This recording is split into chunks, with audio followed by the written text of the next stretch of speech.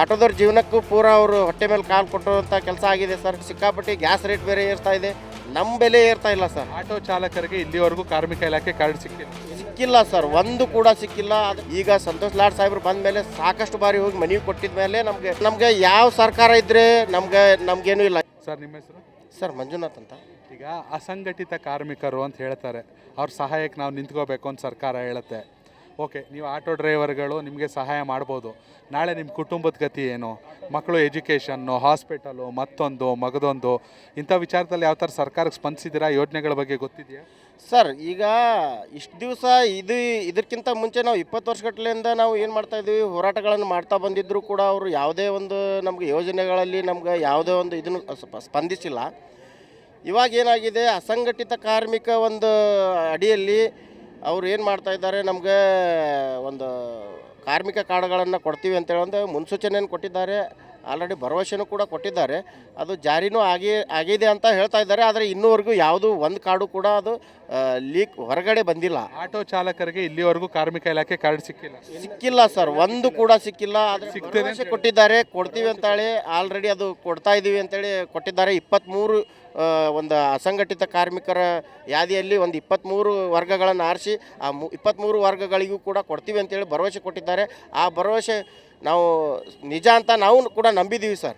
ಅದು ಈ ಹಿಂದೆ ಬೇರೆ ಬೇರೆ ಜಿಲ್ಲೆಯವರು, ಬೇರೆ ಬೇರೆ ಪಕ್ಷಗಳವರು ಕಾರ್ಮಿಕ ಇಲಾಖೆ ಸಚಿವರಾಗ್ತಿದ್ರು. ಈಗ ನಿಮ್ಮವರೇ, ಇಲ್ಲಿಯವರೇ, ಇದೇ ಭಾಗದವರು ಸಂತೋಷ್ ಲಾಡು ಕಲಘಟಗಿಯವರು ಸಚಿವರಾಗಿದ್ದಾರೆ. ಏನೋ ಬದಲಾವಣೆ ಆಗ್ಬೋದು ಅನಿಸುತ್ತಾ, ಇಲ್ಲ ಇವರು ಅಷ್ಟೇ ಅನಿಸುತ್ತೆ?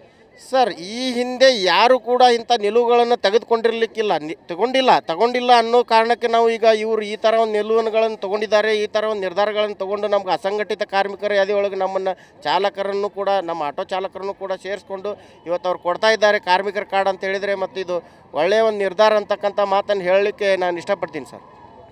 ಸಂತೋಷ್ ಲಾಡ್ ಸ್ಪಂದಿಸ್ತಾರಾ? ಹೋಗಿ ಭೇಟಿಯಾಗಿದ್ದೀರಾ? ಸರ್, ಭೇಟಿ ಆಗಿದ್ದೀವಿ ಸರ್. ನಮ್ಮ ಅಧ್ಯಕ್ಷರು ಕೂಡ, ನಮ್ಮ ಉತ್ತರ ಕರ್ನಾಟಕ ಆಟೋ ಚಾಲಕರ ಮಾಲಕರ ಸಂಘದ ಅಧ್ಯಕ್ಷರು, ಹುಬ್ಬಳ್ಳಿ ಆಟೋ ಚಾಲಕರ ಮಾಲಕರ ಸಂಘದ ಅಧ್ಯಕ್ಷರು ಎಲ್ಲರೂ ಸೇರಿ ನಾವು ಹೋಗಿ ಹಲವಾರು ಬಾರಿ ಭೇಟಿಯಾಗಿ ನಮಗೆ ಕಾರ್ಮಿಕ ಕಾರ್ಡ್ಗಳನ್ನು ನೀವು ಕೊಡಲೇಬೇಕಂತ ನಾವು ಇದಕ್ಕಿಂತ ಮುಂಚೆನೂ ಕೂಡ ನಾವು ಮನವಿ ಕೊಡ್ತಾ ಇದ್ವಿ.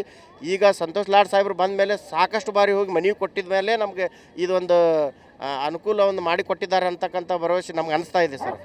ನಾವು ಯಾಕೆ ಇದ್ದಕ್ಕಿದ್ದಂಗೆ ಬಂದಿದ್ದೀವಿ ಇಲ್ಲಿ ಅಂದರೆ, ಈಗ ಸದ್ಯ ಬೆಳಗಾವಿಲಿ ಅಧಿವೇಶನ ನಡೀತಾ ಇದೆ, ಸರ್ಕಾರನೇ ಇಲ್ಲಿದೆ. ಹಾಗಾಗಿ ಸಂತೋಷ್ ಲಾಡ್ ಅವರ ಜಿಲ್ಲೆಯಲ್ಲೇ ಇದ್ರ ಎಷ್ಟು ಮಟ್ಟಿಗೆ ಇಂಪ್ಲಿಮೆಂಟೇಷನ್ ಇದೆ ಅನ್ನೋದು ನಮ್ಮದು ಕುತೂಹಲ. ಹಾಗಾಗಿ ನಿಮ್ಮನ್ನ ಮಾತಾಡಿಸ್ತಾ ಇದ್ದೀವಿ. ಬದಲಾವಣೆ ಆಗುತ್ತೆ ಅನ್ನೋ ನಂಬಿಕೆ ಇದೆ ಸರ್? ಬದಲಾವಣೆ ಆಗತ್ತೆ ಅಂತ ನಂಬಿಕೆ ಇದೆ ಸರ್. ನಮಗೆ ಯಾವ ಸರ್ಕಾರ ಇದ್ದರೆ ನಮಗೇನೂ ಇಲ್ಲ, ಯಾವ ಸರ್ಕಾರ ಇರಲಿ, ಯಾರಾದರೂ ಇರಲಿ, ನಮಗೆ ಒಂದು ಬದಲಾವಣೆ ಬರಬೇಕು. ಸಾಕಷ್ಟು ನಮಗೆ ಸಾರ್ವಜನಿಕ ಕೆಲಸಗಳಾಗಬೇಕು ಸರ್. ತುಂಬ ರಸ್ತೆಗಳೆಲ್ಲ ಆಗಬೇಕು. ಈಗ ನೋಡಿ ಸರ್, ಸ್ಮಾರ್ಟ್ ಸಿಟಿ ಅಡಿಯೊಳಗೆ ಕೆಲಸ ಚಾಲೂ ಆಗಿದೆ. ಇಷ್ಟಕ್ಕಿಂತ ಮುಂಚೆ ಚಿಗರಿ ಒಂದು ರಸ್ತೆಯದ್ದು ಕಾಮಗಾರಿ ಇತ್ತು. ಹೀಗಾಗಿ ನಮ್ಮ ಆಟೋ ಚಾಲಕರಿಗೆ ಏನಾಗ್ಬಿಟ್ಟಿದೆ ಅಂದರೆ, ಬರೀ ಹುಬ್ಳಿ ತುಂಬ ಎಲ್ಲಿ ನೋಡ್ತೀವಿ ಅಲ್ಲಿ ರಸ್ತೆಗಳು ಸರಿ ಇಲ್ಲ ಸರ್. ಅದರಲ್ಲಿ ಅದ್ರ ಜೊತೆಗೆ ನಮಗೆ ಸಿಕ್ಕಾಪಟ್ಟಿ ಗ್ಯಾಸ್ ರೇಟ್ ಬೇರೆ ಏರ್ತಾ ಇದೆ, ನಮ್ಮ ಬೆಲೆ ಏರ್ತಾ ಇಲ್ಲ ಸರ್. ಎಲ್ಲಿ ಹೋದ್ರೂ ಅದೇ ಗೋಳು. ಏನಂದರೆ ಸ್ತ್ರೀಶಕ್ತಿ ಒಂದು ಯೋಜನೆ ಒಂದು ಜಾರಿ ತೊಗೊಂಡ್ಬಂದಿದ್ದಾರೆ. ಅದರ ಅಡಿಯೊಳಗೆ ನಾವು ಅದನ್ನು ಯಾವಾಗಲೂ ಹೇಳಿದ್ವಿ ಸರ್, ಸಿಟಿ ಹೊರತುಪಡಿಸಿ ನೀವು ಮಾಡ್ಕೊಳ್ಳಿ, ಯಾಕಂದರೆ ನಮಗೆ ಆಟೋದವ್ರಿಗೆ ತುಂಬ ತೊಂದರೆ ಆಗುತ್ತೆ. ಇನ್ನುಳಿದ ಕಡೆಯವ್ರು ಬೇಕಾದಲ್ಲಿ ಫ್ರೀಯಾಗಿ ತಿರುಗಾಡ್ಕೊಳ್ಳಿ. ಈಗ ಸಿಟಿ ವ್ಯಾಪ್ತಿಯಲ್ಲಿ ಏನಾಗುತ್ತೆ, ಸಿಟಿ ವ್ಯಾಪ್ತಿಯಲ್ಲೇ ನಾವು ಆಟೋದವ್ರ ಜೀವನಕ್ಕೂ ಪೂರ ಅವರು ಹೊಟ್ಟೆ ಮೇಲೆ ಕಾಲು ಕೊಟ್ಟುವಂಥ ಕೆಲಸ ಆಗಿದೆ ಸರ್. ಇದರಲ್ಲಿ ನೋಡಿ ಸರ್, ಏನಂತ ಹೇಳ್ಬೇಕು ಈಗ ನಾವು, ಅವ್ರು ಇಂಪ್ರೂವ್ಮೆಂಟ್ ಮಾಡ್ತಾ ಇದ್ದಾರೆ ಅಂತ ಹೇಳ್ಬೇಕಾ, ಇಂಪ್ರೂವ್ಮೆಂಟ್ ಆಗ್ತಾ ಇಲ್ಲ ಅಂತ ಹೇಳ್ಬೇಕು? ಅವ್ರು ಏನು ಹೇಳಿದ್ದಾರೆ ಅದು ಆದಷ್ಟು ಬೇಗ ಆದರೆ ಒಳ್ಳೇದಂತ ಸರ್. ಏನು ಅವ್ರು ಹೇಳ್ತಿದ್ದಾರೆ ಅದು ಆದಷ್ಟು ಬೇಗ ಕಾರ್ಯರೂಪಕ್ಕೆ ಬರಬೇಕು. ಹೌದು ಸರ್, ಕಾರ್ಯರೂಪಕ್ಕೆ ಬರಬೇಕು. ಇದು ಕಾರ್ಮಿಕ ಕಾರ್ಡ್ ಕಾರ್ಯರೂಪಕ್ಕೆ ಬಂದರೆ ಎಲ್ಲೋ ಒಂದು ಕಡೆ ಒಂದು ಹೋಗ್ತಾ ಇರೋ ಜೀವಕ್ಕೆ ಒಂದು ಏನೋ ಒಂದು ಸಂಜೀವಿನಿ ಸಿಕ್ಕಾಗೆ. ಯಾಕಂದರೆ ಈಗ ಮಕ್ಕಳ ಸ್ಕಾಲರ್ಶಿಪ್ ಆಗಿರ್ಬೋದು, ಕೈಯೋ ಕಾಲು ಬಿದ್ದು ಹೋದರೆ ನಮಗೆ ಏನೋ ಒಂದು ಪರಿಹಾರ ಅಂತಿರ್ಬೋದು. ಅಕಸ್ಮಾತಾಗಿ ಏನಾದರೂ ಆಕ್ಸಿಡೆಂಟಲ್ಲಿ ಡೆತ್ ಆದರೆ ಅದಕ್ಕೊಂದು ವಿಮೆ ಇರುತ್ತೆ.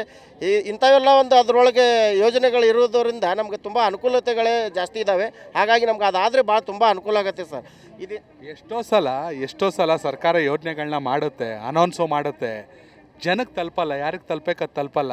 ಆದರೂ ಹಣನೂ ಸರ್ಕಾರದಲ್ಲಿ ಖಾಲಿ ಆಗ್ತಾ ಇರುತ್ತೆ. ಎಲ್ಲಿ ಖಾಲಿ ಆಗುತ್ತೆ ಅಂದರೆ ಅಧಿಕಾರಿಗಳು ಭ್ರಷ್ಟಾಚಾರ ಮಾಡಿಬಿಟ್ಟಿರ್ತಾರೆ. ಇದೆಲ್ಲ ತಡೆಗಟ್ಟಬೇಕಂದ್ರೆ ಏನು ಮಾಡ್ಬೇಕು ಸರ್? ಸರ್, ಇದು ಪ್ರತಿನಿಧಿಗಳು ತುಂಬ ಎಚ್ಚರವಾಗಿರಬೇಕು. ಏನಂದರೆ ಈಗ ಅಧಿಕಾರಿಗಳಿಗೆ ತುಂಬ ಸ್ಟ್ರಿಕ್ಟಾಗಿ ಅವ್ರ ಕೈಯಲ್ಲಿ ಅವ್ರಿಗೆ ಒಂದು ನೋಡ್ಕೋತಾ ಇರ್ಬೇಕು ಸರ್. ಏನಂದರೆ ಅಧಿಕಾರಿಗಳು ಅದನ್ನು ತಕ್ಕ ಫಲಾನುಭವಿಗಳಿಗೆ ಮುಟ್ಟಿಸ್ತಾ ಇದ್ದಾರಾ ಇಲ್ಲ ಅಂತಕ್ಕಂಥದ್ದನ್ನು ಅವರು ಪ್ರತಿನಿಧಿಗಳು ನೋಡ್ಬೇಕು ಸರ್. ಈಗ ಜನಸಾಮಾನ್ಯರು ನೋಡೋಕ್ಕಾಗಲ್ಲ, ಕೇಳೋಕ್ಕೂ ಆಗಲ್ಲ. ಯಾಕಂದ್ರೆ ಕೇಳಿದರೆ ಅಧಿಕಾರಿಗಳು ನಮ್ಗೆ ಯಾರೂ ಬೆಲೆನೂ ಕೊಡಲ್ಲ. ಅದಕ್ಕೆ ಏನೇ ಇದ್ದರೂ ಜನಪ್ರತಿನಿಧಿಗಳು ಅದಕ್ಕೆ ತಕ್ಕ ಒಂದು ಅವ್ರಿಗೆ ಅಧಿಕಾರಿಗಳಿಗೆ ಯಾವುದೇ ಒಂದು ಭ್ರಷ್ಟಾಚಾರ ಮಾಡಲಿಕ್ಕೆ ಅವ್ರಿಗೆ ಅನುಕೂಲತೆ ಮಾಡಿಕೊಡ್ಲಾರ್ದಂಗೆ ನೋಡ್ಕೋಬೇಕು ಅನ್ನೋದು ಇದರೊಳಗೆ ನಮ್ಮ ನಿಲುವು ಸರ್. ಕನೆಕ್ಟ್ ಕರ್ನಾಟಕ ಇದು ನಿಮ್ಮ ನೆಟ್ವರ್ಕ್.